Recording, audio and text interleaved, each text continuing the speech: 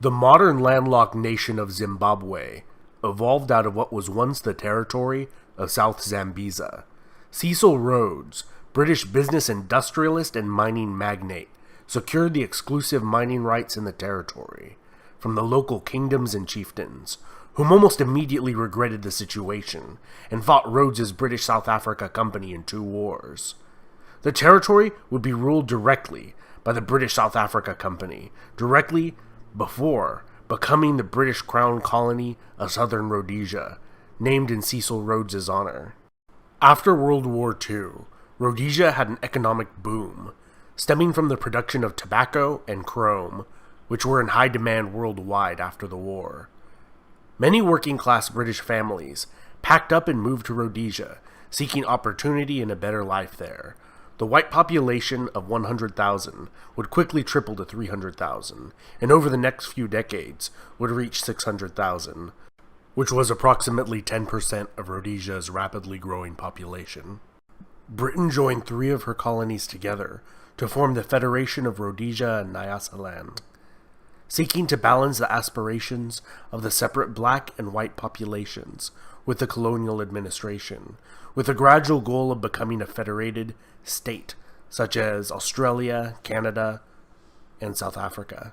This federation was a chaotic and short-lived failure. After Northern Rhodesia declared independence, South Rhodesia simply became the colony of Rhodesia, and in 1965 declared its independence. This white minority-controlled independent Rhodesian state was widely unrecognized by the international community. Led by native-born World War II veteran pilot Ian Smith, would become enveloped by 2 Cold War proxy forces. The ZAPU was aligned with the Soviet Union, while the ZANU, which split off from ZAPU, was aligned with and sought inspiration from the People's Republic of China and their mobilization of the rural peasantry.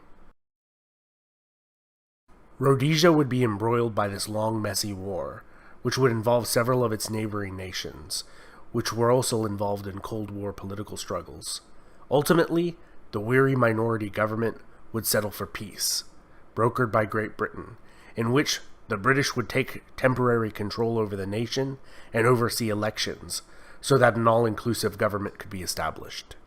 And with the election results in, they gained 57 seats.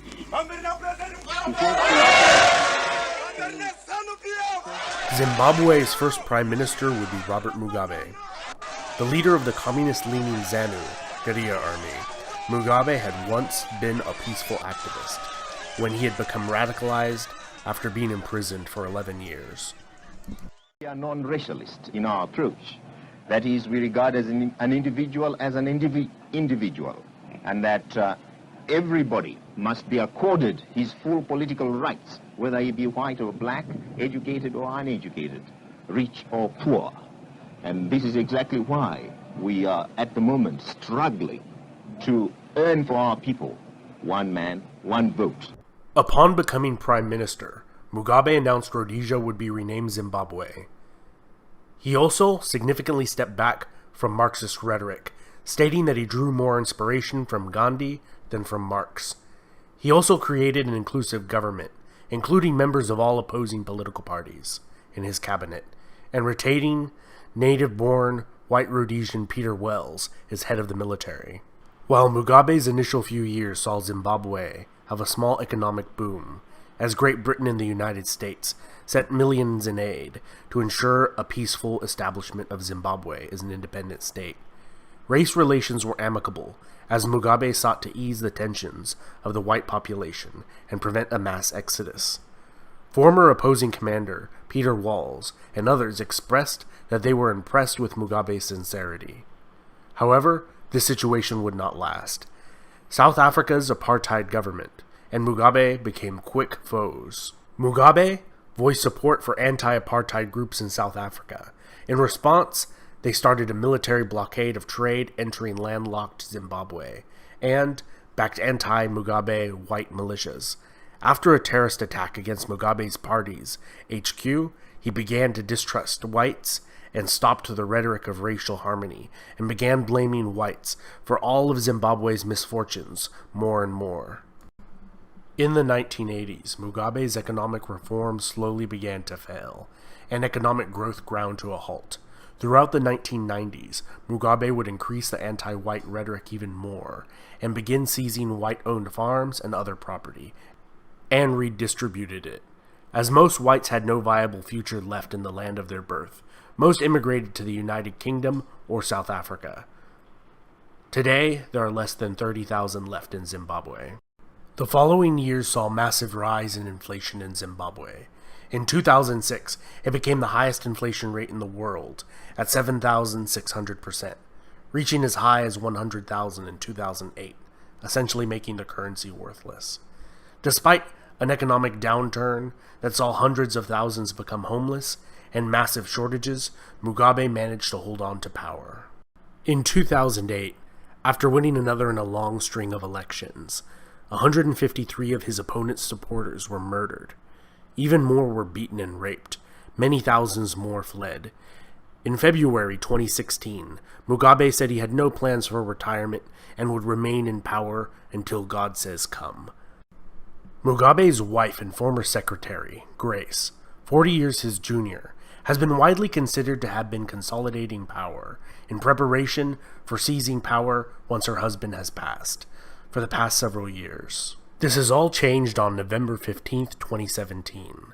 Mugabe was placed under house arrest and possibly forced out of office by the Zimbabwe National Army that insists this is not a coup, while Grace's whereabouts are currently unknown. This coup has directly followed the October 2017 forced dismissal of Vice President Emmerson Mnangagwa. President Mugabe cited disrespect, disloyalty, deceit, and unreliability for the firing. Mnangagwa, who took part in the Zimbabwean War of Liberation, is greatly respected by the military, including General Constantino Guveya, who recently visited China. China has denied any involvement in the coup. Mugabe's 37-year rule of Zimbabwe seems to be coming to an end, and hopefully a better nation emerges from this than the one Mugabe decimated.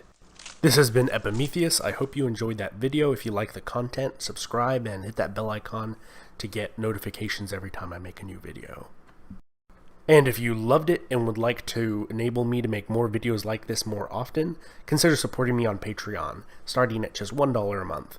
And for $3 a month, you can get your name at the end of the video on all of my videos. Presence. There are 27 Rhodesian territorials here, and a handful of British monitors who are staying on to help with liaison. Last night, the whole